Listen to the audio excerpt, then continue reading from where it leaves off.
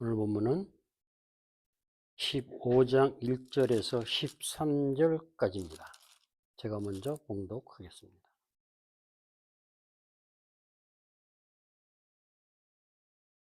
믿음이 강한 우리는 마땅히 믿음이 약한 자의 약점을 담당하고 자기를 기쁘게 하지 아니할 것이라.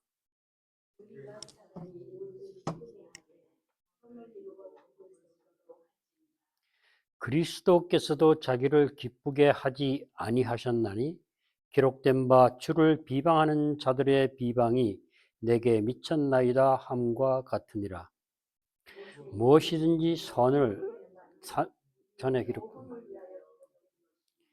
우리로 하여금 인내로 또는 성경의 위로로 소망을 가지게 함이니라. 이제 인내와 위로의 하나님이 너희로 그리스도 예수를 본받아 서로 뜻이 같게 하여 주사 한 마음과 한 입으로 하나님 곧 우리 주 예수 그리스도의 아버지께 영광을 돌리게 하려 하노라. 그러므로 그리스도께서 우리를 받아 하나님께 영광을 돌리심과 같이 너희도 서로 받으라. 내가 말하노니 그리스도께서 하나님의 진실하심을 위하여 할례의 주장자가 되셨으니 이는 조상들에게 주신 약속들을 경고하게 하시고 이방인들도 그 긍휼하심으로 말미암아 하나님께 영광을 돌리게 하려 하심이라. 기록된 바 그러므로 내가 열방 중에서 주께 감사하고 주의 이름을 찬송하리로다 함과 같으니라. 또 이르되 열방들아 주의 백성과 함께 즐거워하라 하였으며 또 모든 열방들아 주를 찬양하며 모든 백성들아 그를 찬송하라 하였으며 또 이사야가 이르되 이새의 뿌리 곧 열방을 다스리기 위하여 일어나시는 이가 있으리니 열방이 그에게 소망을 두리라 하였느니라. 소망의 하나님이 모든 기쁨과 평강을 믿음 안에서 너희에게 충만하게 하사 성령의 능력으로 소망이 넘치게 하시기를 원하노라. 아멘.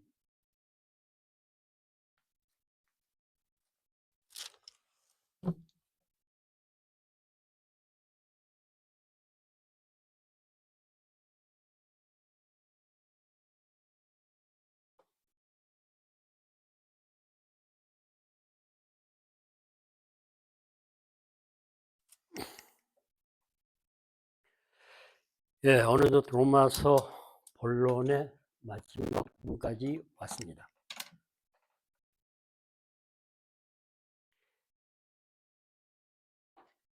로마서 1장 18절부터 오늘 13절까지를 로마서의 본문이라고들 얘기를 하죠.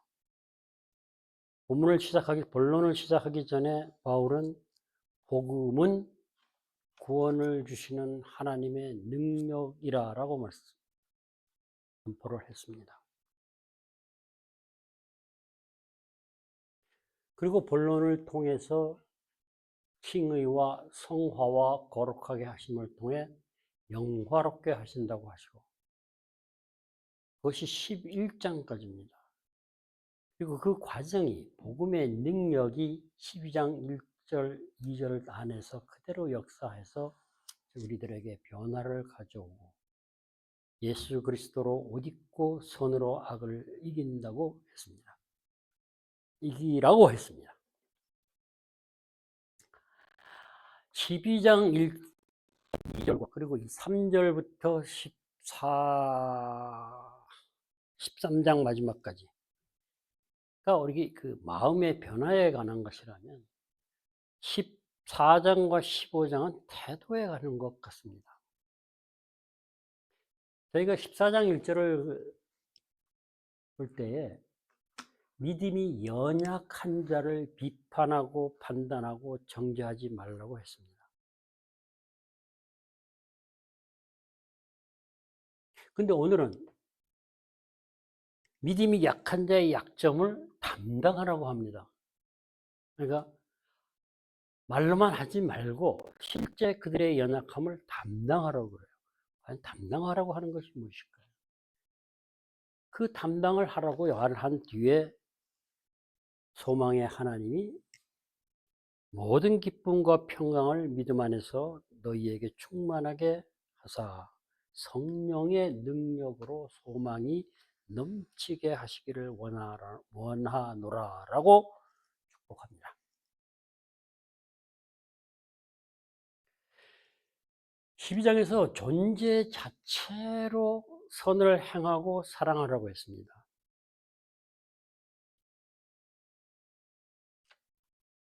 그리고 12장 1절에 너희 몸을 산 제물로 드려지는 영적 예배로 사는 것이다 라고 하는 부분을 사실은 14장과 15절에서 말씀하고 있는 것을 보게 됩니다.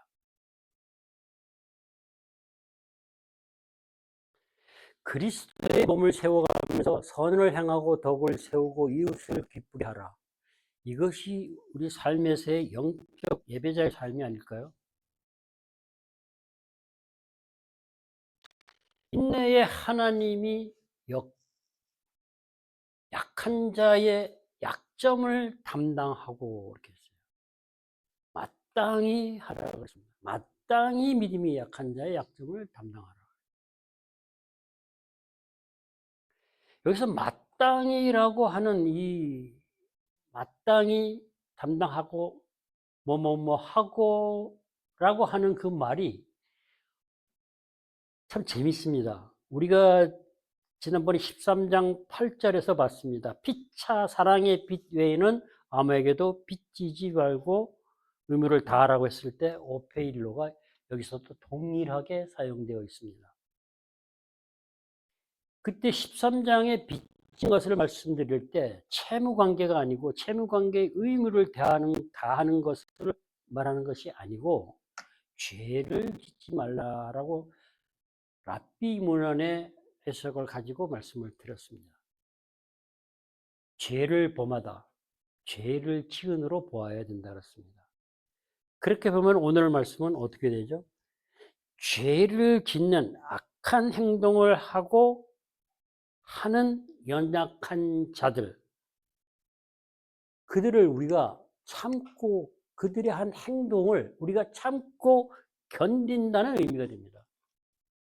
간단히 정리하면 믿음이 약한 자들이 악한 행동을 하고 강한 자들을 아니면 다른 이들을 비난하고 비판하고 불편하게 하더라도 강한 자들은 그들을 받아들이고 참고 견뎌야 한다는 얘기입니다.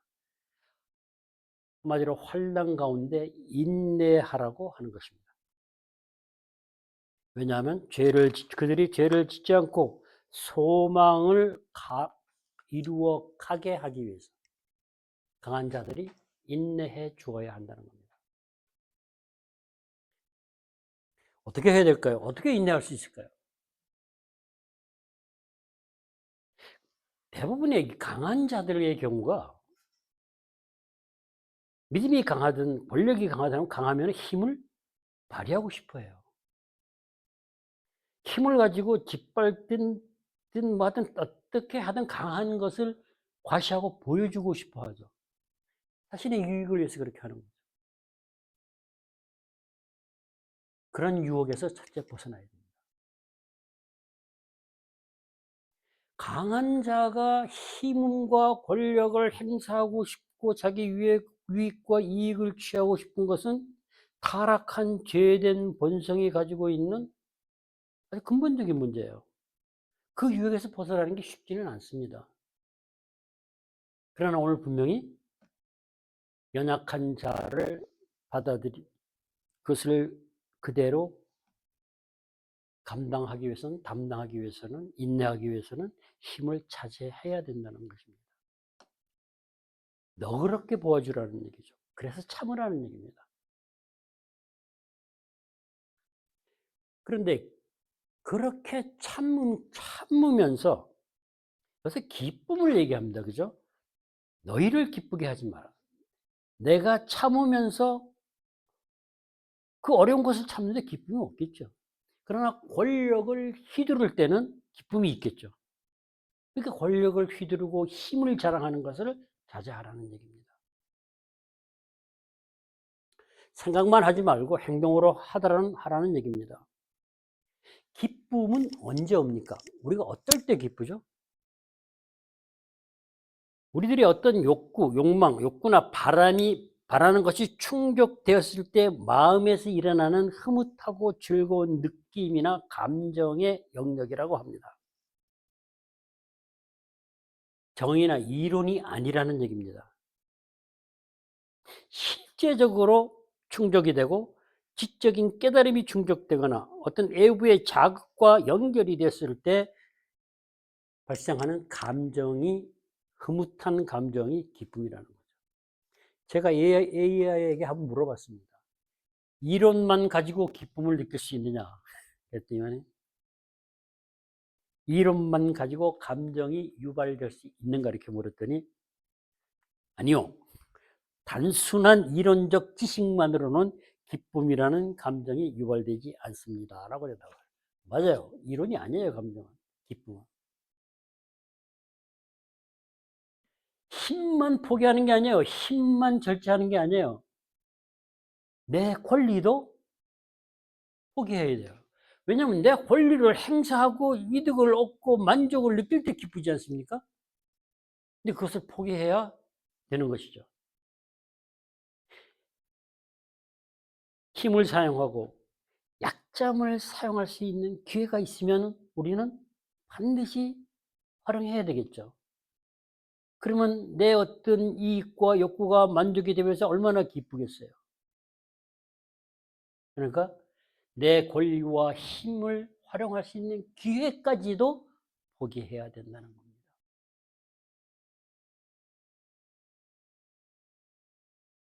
자, 이것이 바로 우리가 말로만 하던 선으로 악을 이기는 것입니다. 쉽지 않겠죠. 그런데 할 수 있다는 겁니다. 왜? 우리는 마음을 새롭게 하는 변화를 받아 존재가 선한 행위를 할 수 있게 변화를 받았기 때문에 그렇습니다. 그것을 우리는 예수 그리스도로 옷 입었다고 하죠. 그리고 이렇게 옷을 입지 못한 경우는 그 옷을 입을 수 있어야 된다는 것입니다. 선으로 악을 이기신 분이 주님 아니겠어요? 주님이 십자가에서 사망 권세를 이기셨잖아요. 얼마든지 벗어날 수 있는 능력이 있는 분이었잖아요. 그런데 십자가의 주님을 많은 사람이 비방했죠. 그죠? 자기 권리를, 능력을 포기하고 기회마저도 포기했기 때문에요. 그러니까 주님이 그렇게 자기의 힘과 능력과 기회를 포기했으니 우리도 포기할 수 있다는 것이죠. 자기를 기쁘게 한다는 것은 사실 자기중심적이고 이기적인 인간 본성상 우리 본성이 아주 자연스럽게 할 수 있는 거예요. 죄 짓는 것이 자연스럽다 그러지 않습니까? 죄 짓는 세미나가 없다고 하죠. 우리가 내 권리를 포기하고 유용하게 사용할 수 있는 기회를 포기하고 하면 뭐라 그래요, 사람들이? 바보라 그러죠. 웅장하다고. 그것은 비난입니다. 그렇게 할 때 우리는 자기를 기뻐하는 것이 아니라 연약한 자의 연약한 부분을 담당하는 것이 그대로 받아들여서 관대하게 그들이 소망을 이루어갈 때 예수 그리스도로 옷 입을 때까지 참고 인내할 수 있다는 것입니다. 그렇게 참고 인내하라고 하는 것입니다. 선을 이루고 덕을 세우라 했잖아요. 선은 유익이 되는 상대에 유익이 되는 모든 것들을 얘기해요. 사실은. 그러나 영적으로 보면 우리는 구원을 이루어가는 것을 말하는 것입니다. 구원을 이루어가기 위해서 약한 자들에게 유익이 될 수 있는 모든 것 그것을 통해서 선을 이루라고 하는 것은 그런 선을 통해서 구원을 이루어가라는 것입니다. 그것은 우리가 쭉 로마서를 해오면서 존재가 바뀌어서 선한 일을 행할 수 있는 능력이 있는 존재가 되어야 가능한 얘기입니다. 네. 얼마나 감사합니까? 로마서가 12장 1절, 2절은 분명히 그 부분을 얘기하고 있는 것이거든요. 그렇게 할 수 있고 그렇게 된다는 것입니다. 그리고 여기서 기쁘게 하지 말라고 할 때 그냥 생각만 하라는 얘기가 아니에요. 이 기쁘게 하지 아니하라는 이 말은 단순히 생각이 아니고 추구하고 노력을 하라고 하는 겁니다. 그러니까 우리가 이 참 자세히 봐야 돼요.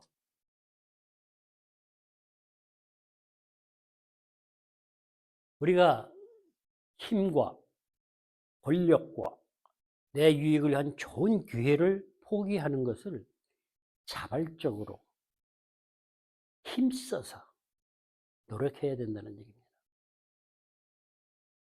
그것이 연약한 자를 돕는 것입니다.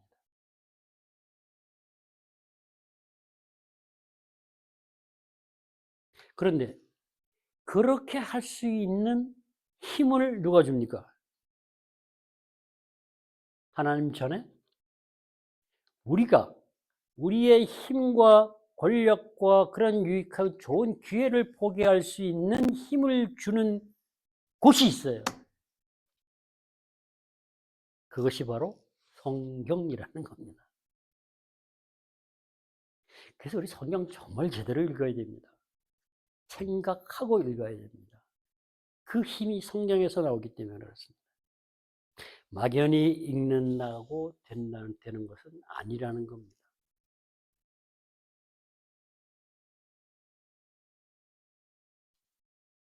오늘 본문이 성경의 위로라고 얘기하죠. 성경 자체가 아니고 기록된 성경 말씀을 통해서 하나님의 위로가 우리들에게 임한다는 것이죠. 4절에 이렇게 기록되어 있습니다. 무엇이든지 전에 기록된 바는 우리의 교훈을 또는 성경의 위로로 소망을 가지게 함이니라.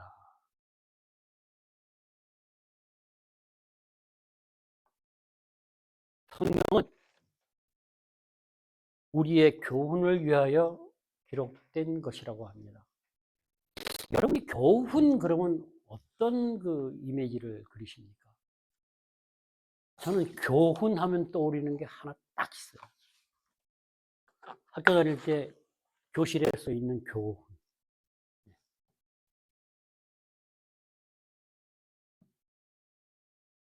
교훈은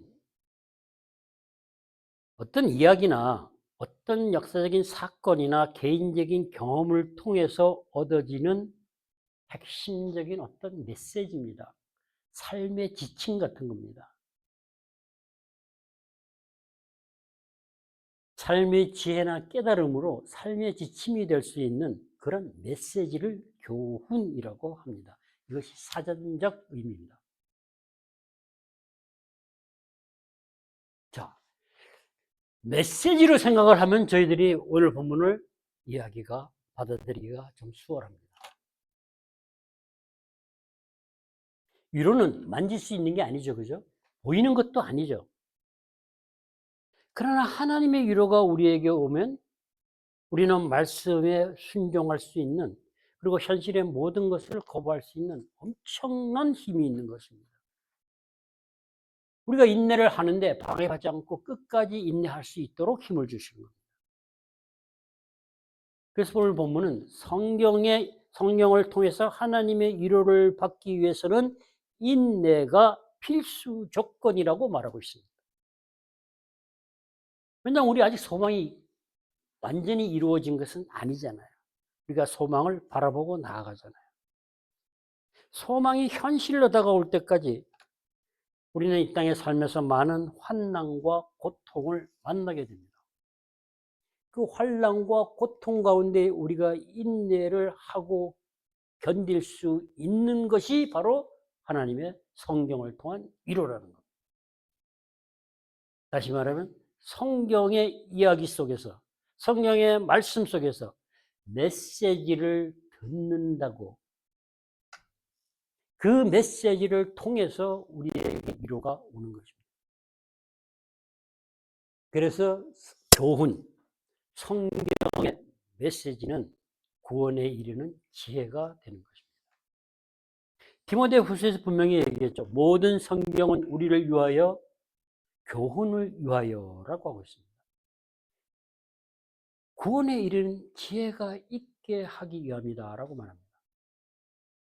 참 디모데후서 15장부터 16, 17 보세요. 교훈이라고 그랬어요. 메시지가 우리를 위로한다 그랬습니다. 교훈은 성경이 1차적으로 저희한테 가르쳐 주는 것은 선과 악입니다. 죄와. 선과 악, 죄를 알게 하면 그 다음에 무엇이 따르죠? 악에 대하고 악과 죄악한 행위와 죄에 대한 책망이 따라옵니다.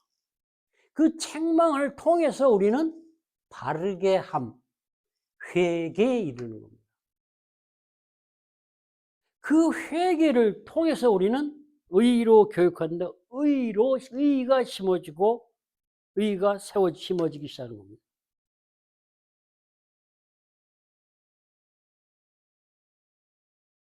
성경은 성경은 예수에 관한 이야기죠, 그죠? 예수 그리스도에 대한 얘기죠. 예수에 대한 책입니다.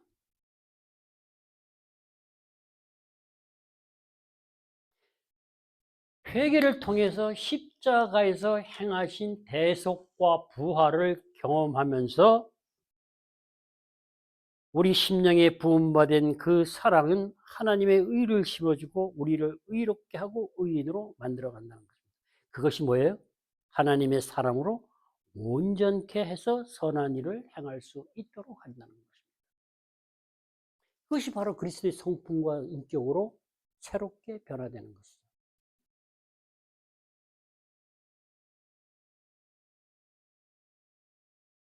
그리스도의 몸으로 우리가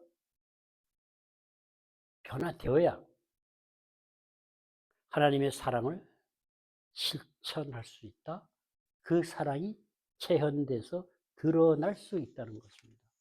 왜냐하면 그 성품과 인격 자체가 사랑으로 만들어졌기 때문에 그렇습니다.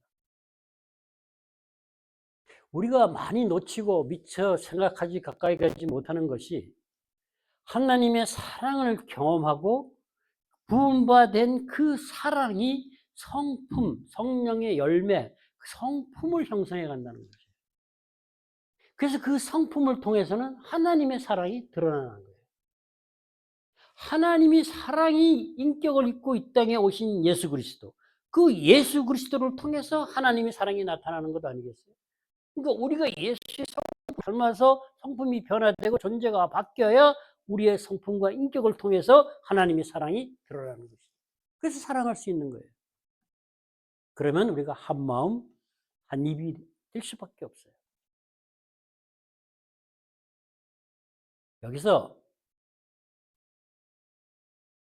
본받아서 뜻이 같게 되고 하나가 된다는 것은 사실은 그리스도와의 우리가 연합이 되어야 된다는 얘기입니다.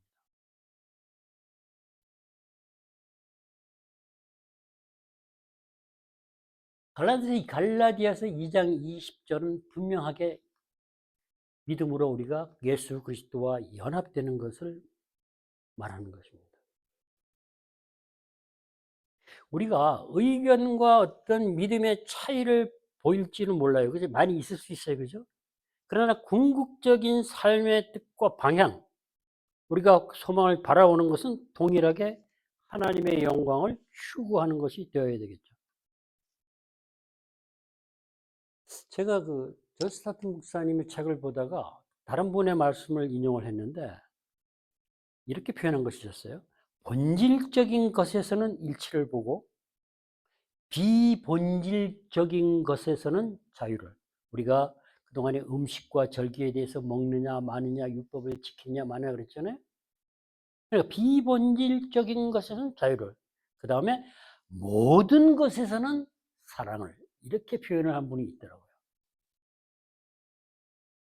정말 좋은 것 같아요. 우리는 본질은 양보가 안 됩니다. 그러나 비본질적인 것은 자유로워야 됩니다. 그러나 모든 것을 하나님의 사랑을 사랑해야 한다는 것입니다. 교훈을 메시지라고 했습니다. 그리고 성경의 교훈과 성경의 메시지는 보통 우리가 듣는 소설이나 이야기 속의 메시지하고는 다르죠. 왜냐하면 하나님에 관한 예수 그리스도에 대한 이야기로 신적 메시지가 되기 때문에 그렇습니다. 우리가 흥부늘부를 읽고 심청전을 읽으면서 거기서 메시지를 얻고 교훈을 얻고 따라서 행하며 살아가죠. 그러나 그것은 일반적인 이야기.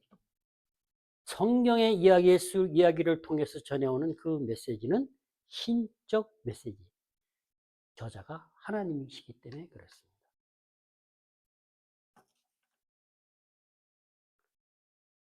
루터가 오늘 본문을 가지고 두 가지 축복을 이야기하더라고요.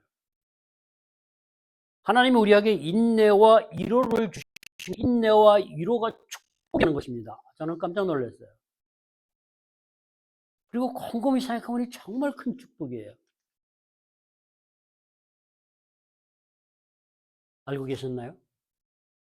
인내와 위로가 하나님의 우리에게 주신 커다란 축복이라는 것. 위로라는 단어가 파라클레시스라는 말이에요. 근데 위로의 주된 의미는 격려라고 합니다. 그래서 영어는 encouragement라고 하죠. 위로와 격려는 조금 차이가 있죠.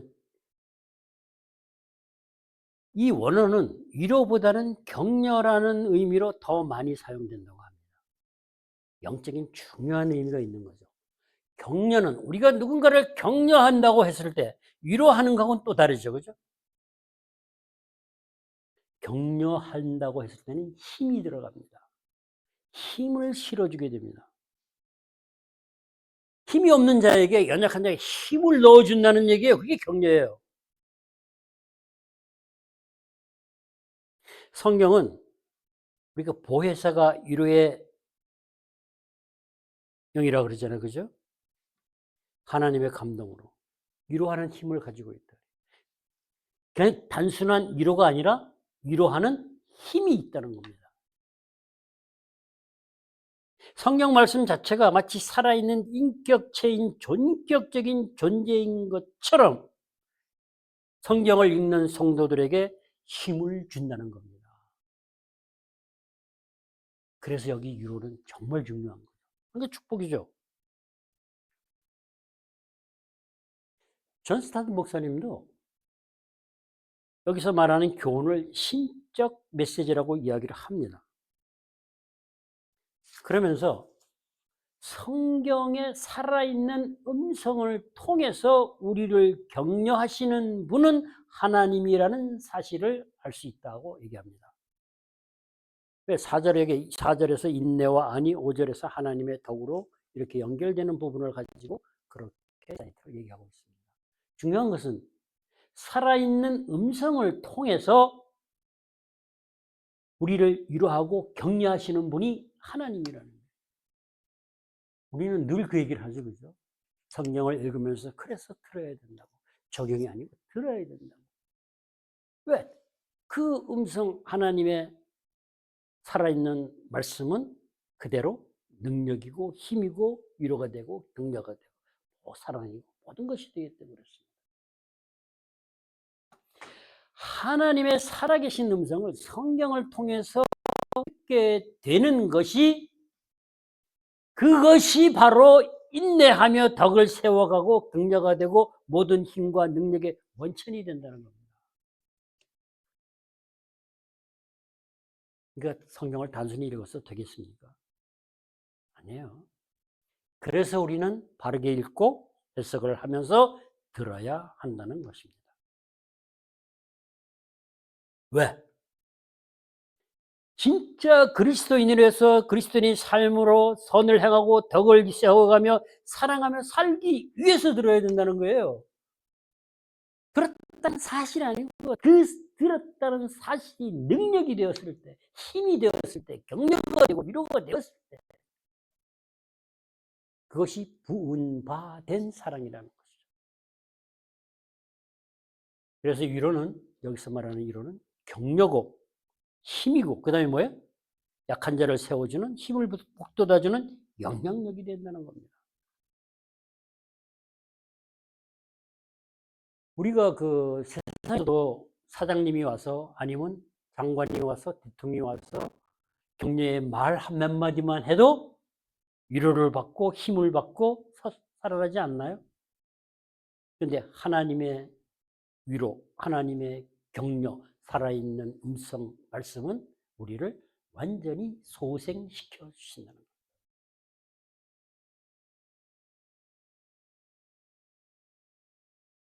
선한 능력을 행한다.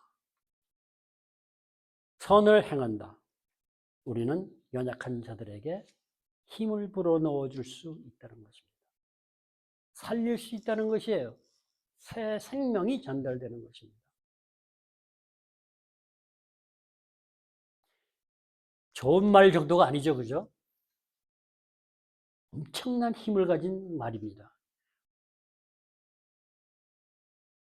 무너진 영혼들에게 힘을 불어 넣어줄 수 있는 우리가 되어야 합니다. 그것이 교회 공동체죠. 연약한 자들에게.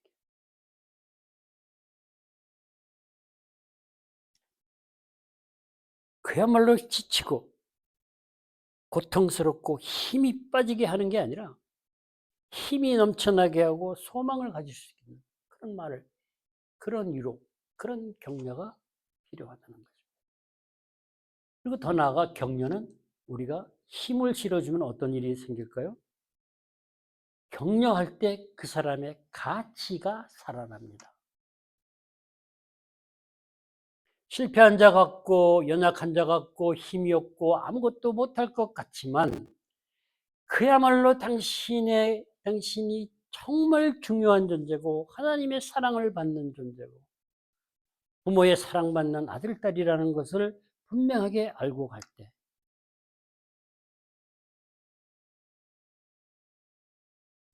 그 사람의 가치는 무너진 가치가 다시 세워지는 거죠. 존재가 살아나는 겁니다. 너무 중요합니다.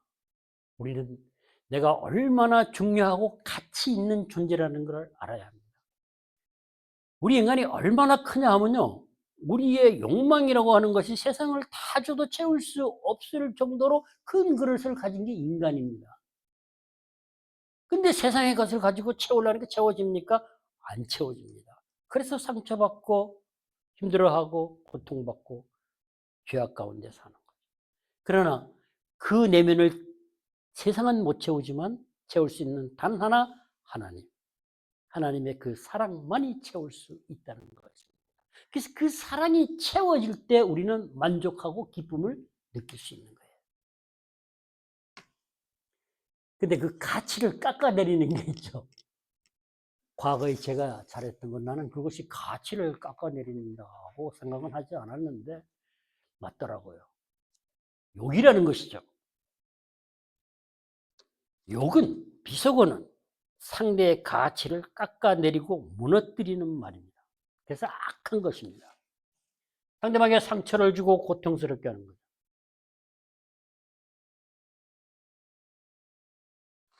정말 하지 말아야 되는 것인데 세상은 여전히 많이 하고 있습니다. 하나님의 사랑으로 충만해질 때 우리의 욕구가 세상의 것으로는 채워지지 않지만 그 채워지는 만족감 가운데 주어지는 그 기쁨, 그것은 뭐예요? 하나님의 사랑이 우리에게 부어질 때 로마서 5장 5절에 성령께서 우리 심령에 부음받은 사랑이라고 할 때 그 사랑이 우리한테 소나기처럼 부어질 때 물밀듯이 밀려올 때 함께 다가오는 것이 있다 그랬어요. 정체성이라고. 너는 내 것이다. 내 사랑하는 아들이다. 딸이라는 그 음성. 그것은 우리의 가치를 흔들리지 않는 가치를 세워주는 것입니다. 그래서 우리는 하나님의 자녀가 되면 하나님을 찬양할 수 있는 가치도 있고 사랑도 하고 아름다운 교회를 만들어가는 그런 성도, 가치 있는 성도가 되는 것이죠.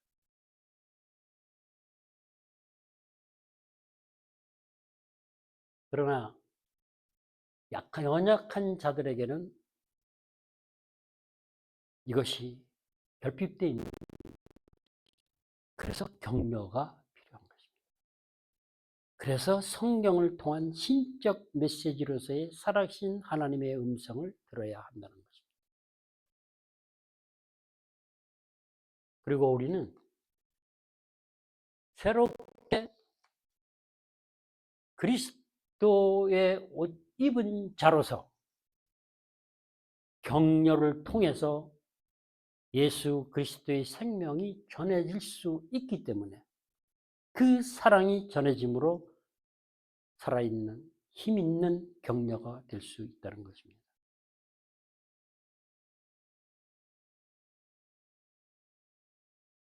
참 연약한 자들을 세워가기 위해서 내가 먼저 변화를 받아야만 된다는 것을 새삼 또 생각하게 됩니다.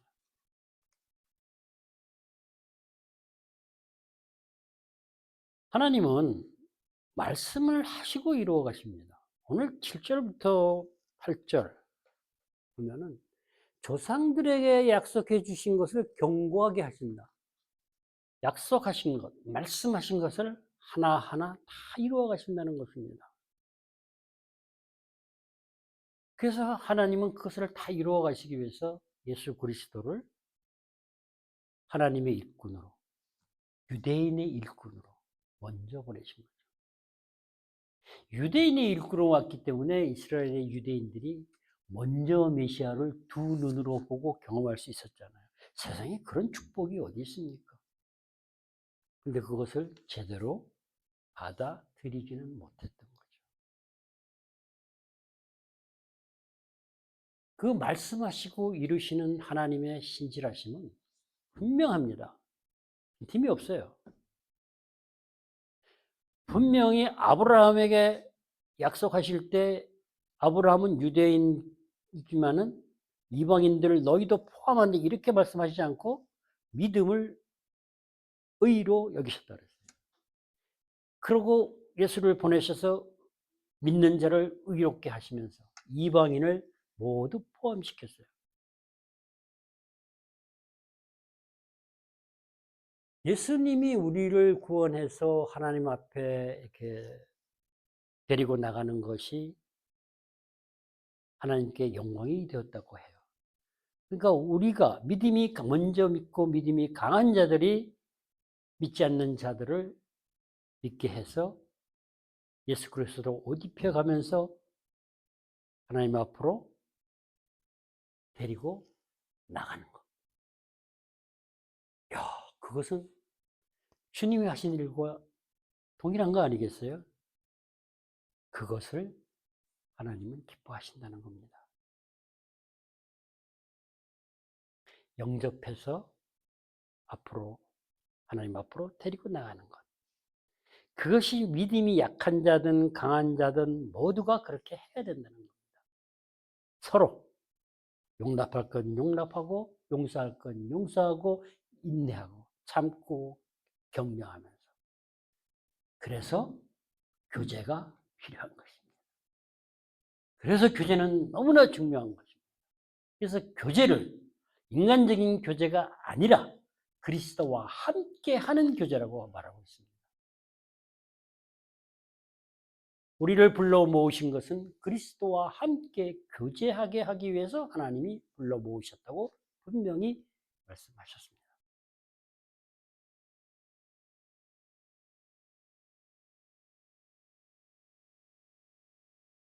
많은 사람들이 죄 가운데서 죄인으로 살아가죠. 그 사람들은 어떤 사람입니까? 영원한 죄인입니까? 아니에요. 하나님의 복을 받아야 할 사람들이에요. 구원의 복을 받아야 할 사람들이에요. 구원을 받고 복을 받고 생명과 축복 가운데 살아가야 할 사람들이에요. 그들을 우리 믿음이 강한 자나 연약한 자들은 그들을 데리고 하나님이 받을 수 있게 하나님 앞으로 데리고 나가야 합니다. 그것이 하나님께서 영광을 받으시는 것이죠. 하나님을 영화롭게 하시는 것이다 라고 말하고 있습니다. 자, 이 유대인과 이방인 모두를 받으셨어요. 그것이 하나님의 약속을 말씀하시고 이루어하셨어요. 오늘 본문의 9절부터 13절까지 12절까지를 보면 지속적으로 나오는 단어가 있죠. 열방이죠. 이방인과 열방입니다. 이건 하나님 나라를 말하고 있는 것입니다. 예수 그리스도가 오심으로 하나님 나라는 시작을 하셨고 그 안에는 이방인과 유대인이 같이 들어가고 온 열방이 다 포함이 됩니다.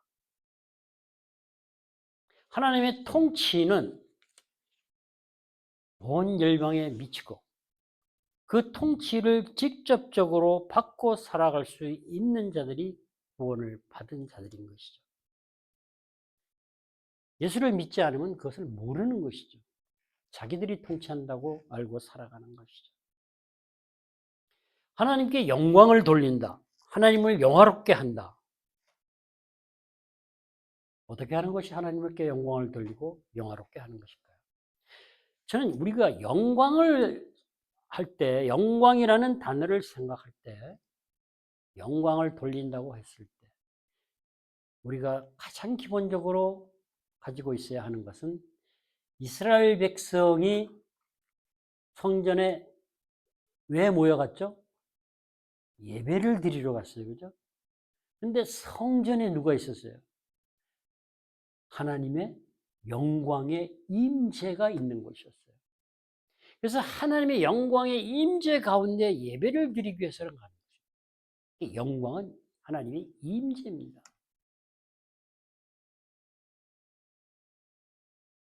하나님을 영화롭게 한다. 하나님의 영광, 하나님 임재가 우리에게 와서 우리한테서 드러나는 영광이 하나님을 영화롭게 할 수 있는 것이지, 우리가 죄된 본성이 가지고 있는 우리가 가지는 그 무엇을 가지고도 하나님께 영광을 돌리고 영화롭게 할 수 있는 것은 아니죠. 기쁘게 하는 것과 또 다른 얘기죠. 저는 이 영광을 영화롭게 하나님을 하신다고 할 때 이사야 61장 3절을 항상 생각합니다. 이사야 61장 2절에서 3절은 오실 메시아의 사역과 하실 사역에 대한 내용을 얘기하고 있는 겁니다. 61장 3절은 이렇게 시작합니다.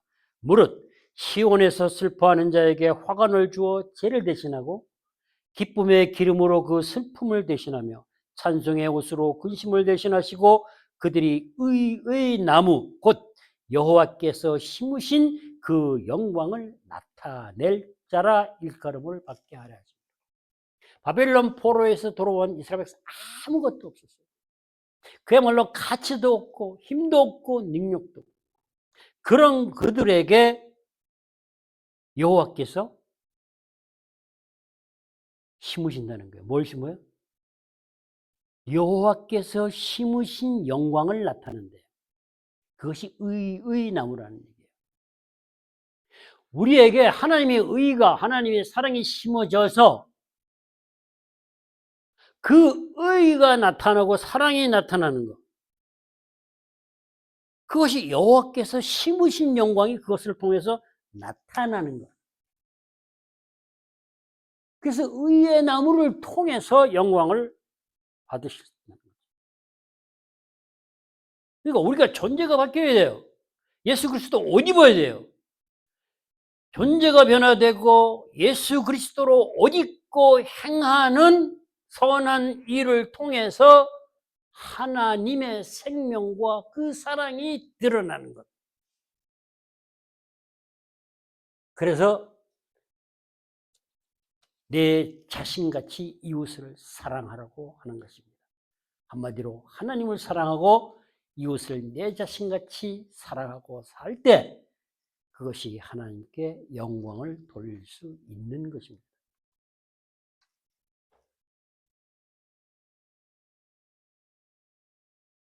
참 그리스도의 십자가의 사역을 통해서 복음이 능력이라고 하고 의인은 오직 믿음으로 산다고 하시고 의인으로 만들어 가신다고 하셨습니다. 분명해졌죠? 우리가 어떻게 하면 하나님께 영광을 돌리는가? 우리가 예수를 닮아가야 됩니다. 예수님이 하신 그 힘과 권력과 기회를 다 포기하시고 우리를 받으시고 살리신 것처럼 우리가 그렇게 연약한 자들을 또 더 나아가 믿지 않는 세상의 사람들을 사랑할 수 있어야 된다는 겁니다. 그것을 사랑할 수 있다고 하는 것이 로마서 12장 1절과 2절입니다.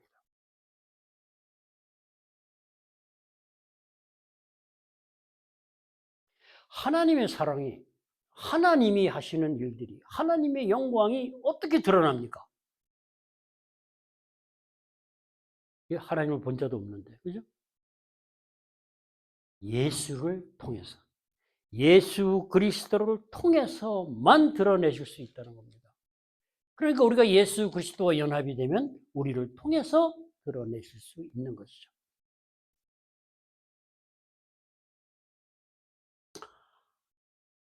로마서 본론의 마지막 부분인 지금 14장과 15장은 그리스도로 옷 입은 자들이 영광을 나타낼 것이라고 하는 것입니다. 로마서 12장 1절에서 2절이 변화를 받아서 존재가 변화되어서 선을 행하며 악을 이기고 사랑하라고 한 것이 12장과 13절이라면 14절에 연약한 자를 비판하지 말고 판단하지 말고 정죄하지 말라고 그리고 연약한 자를 담당하라고 한 그들을 세워가라고 한 이 부분은 1절에 해당된다고 봅니다. 실제적인 삶의 모습, 삶의 행동입니다. 행태입니다. 너희 몸을 기뻐하시는 산 제물로 드리라 했어요. 그것이 영적 예배라 그랬습니다. 14절, 15절은 우리의 삶 가운데 드려지는 영적 예배를 구체적으로 말씀해 주고 계시는 겁니다. 참 저는 감사했어요. 이게 이렇게 1절과 2절을 연결시켜서 사도 바울이 실제적인 삶 가운데서 살아갈 수 있다고 얘기하고 있는 것입니다. 우리 그렇게 살아갈 수 있습니다. 그리스도인도 그렇게 살아야 됩니다.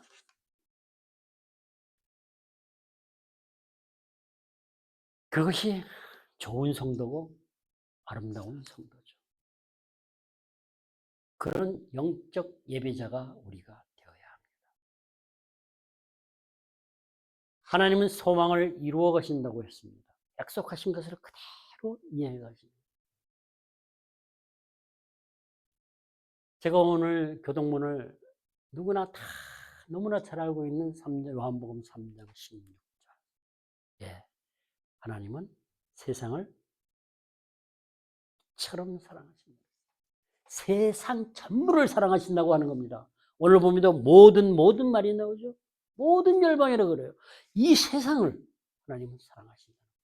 우리는 시야를 넓혀야 됩니다. 우리가 그렇게 작은 사람들이 아니라는 거예요.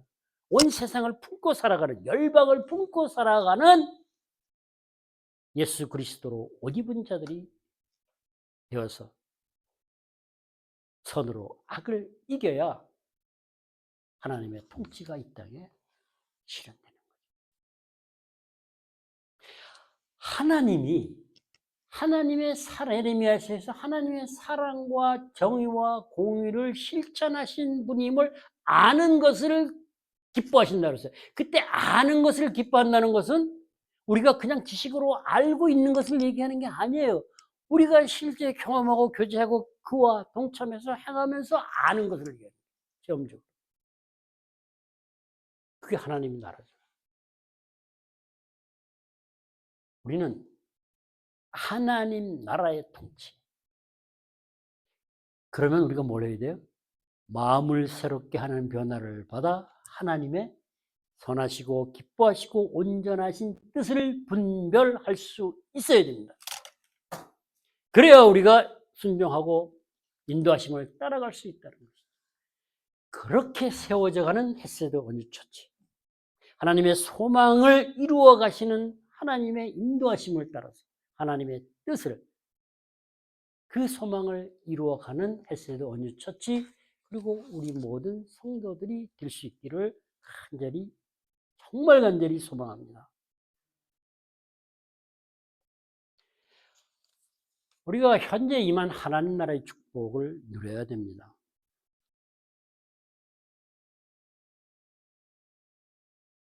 인내와 위로가 하나님의 축복인 줄, 진정한 축복인 줄 저도 이제서야 알았습니다. 하나님이 주시는 그 축복을 누리며 우리는 소망을 이루어갈 수 있기를 원합니다. 그래서 그 소망이 부끄럽지 않는 것은 왜라고 했죠? 성령께서 우리 심령에 부음받은 사랑 때문이다. 사랑이 넘치는 우리 모두가 될 수 있기를 축원합니다. 정말 축원합니다. 그래서 우리는 기도해야 합니다. 제가 오늘 교동문을 다시 한번 읽고 설교를 마칠게요. 하나님은, 성경은 이렇게 말합니다. 하나님이 세상을 이처럼 사랑하자 독생자를 주셨다고 했습니다. 멸망시키자고 한 것이 아니에요. 영생을 얻게 하려 하심이라고 했습니다. 심판이 아니에요. 구원을 받게 하려고 하신 거예요. 잊지 맙시다.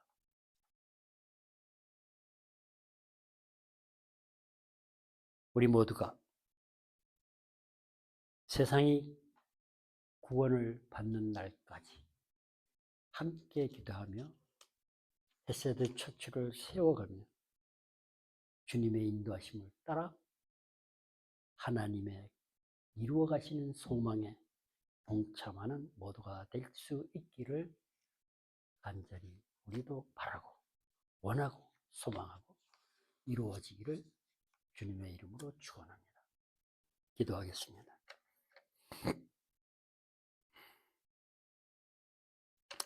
아버지 하나님 감사합니다.